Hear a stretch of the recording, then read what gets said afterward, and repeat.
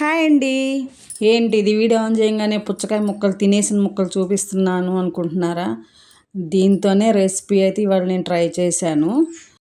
Hi everyone, welcome to my cooking vlog. నేను ఇన్స్టాగ్రామ్లో reels చూస్తూ ఉన్నాను. అందులో ఈ రీల్ అయితే వచ్చింది. ఈ రీలు స్పెషల్గా ఒక చెఫ్ చేశారనమాట.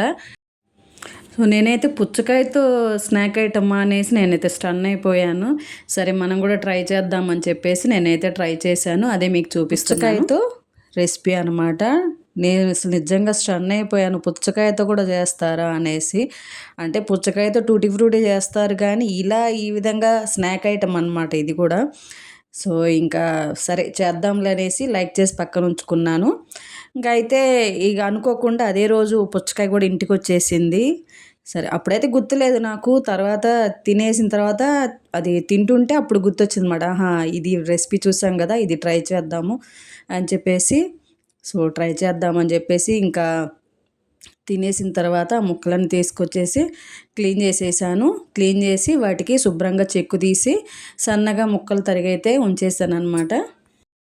నా ఈ వీడియోని కొత్తగా ఎవరైనా చూస్తుంటే ప్లీజ్ అండి లైక్ చేయండి, సబ్స్క్రైబ్ చేసుకోండి.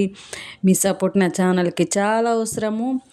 ఇప్పుడు వచ్చేసి నేను పుచ్చకాయ తొక్కలతో స్నాక్ ఐటమ్ అయితే చూపిస్తున్నాను. అది నేను బాగుంది అనిపించింది, ట్రై చేశాను అనమాట. అది ఎలా ఉంది ఏంటి అనేది మీకు చివరిలో చెప్తాను. ఇప్పుడు పుచ్చకాయ ముక్కల్ని సన్నగా తరిగేసి పక్కన పెట్టేసుకున్నాను, చెక్కు తీసేసాను వాటికి. నెక్స్ట్ బాండి పెట్టి కొంచెం ఆయిల్ వేసి తాలింపు వేసేసాను అనమాట. ఫస్ట్ నేను ఇది చూస్తే తాలింపు అంటే ఇదేదో కర్రీ ఏమో అనుకున్నాను. చివరికి తెలిసింది ఇది స్నాక్ ఐటమ్ అని చెప్పేసి. ఇంకా తాలింపు వేసేసి పచ్చిమిరకాయలు కూడా సన్నగా తరిగి వేసేసాను. అది కూడా వేగిన తర్వాత ఈ పుచ్చకాయ ముక్కలను కూడా వేసాను అనమాట. వీటికి కొంచెం ఉప్పు అయితే యాడ్ చేశాను. ఉప్పు యాడ్ చేసేసి చిన్న మంట మీద వాటిని అయితే అట్లా ఉంచేసాను.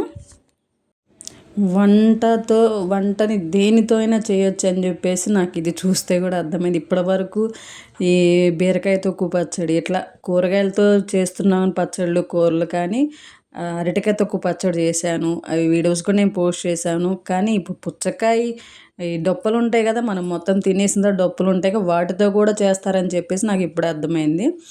ఇక్కడ పుచ్చకాయ ముక్కలు దానిలో ఉన్న వాటర్ అంతా పోయి ఇంకిన తర్వాత అప్పుడు ఒక కొంచెము బెల్లము, ఒక స్పూను పంచదార చింతపండు గుజ్జు అయితే వేసాను.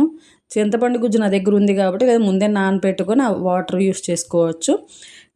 ఇంకా అవి కూడా వేసి మళ్ళీ కాసేపు అయితే మగ్గనిచ్చేసాను. ఇంకా ఆయిల్ అంతా పైకి తేలుతూ ఉంది, అది పూర్తిగా మగ్గిని. అయితే మరీ మెత్తగా అయితే అవ్వలేదు, చూడటానికి దోసకాయ ముక్కల్లాగా ఉంది, దోసకాయ కూరలాగా ఉంది నాకు చూస్తుంటే మాత్రము.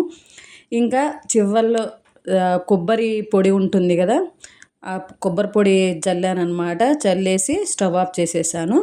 ఇది స్నాక్ లాగా తినటానికే, ఎటువంటి చపాతీల్లోకి రైస్లోకి కాదు.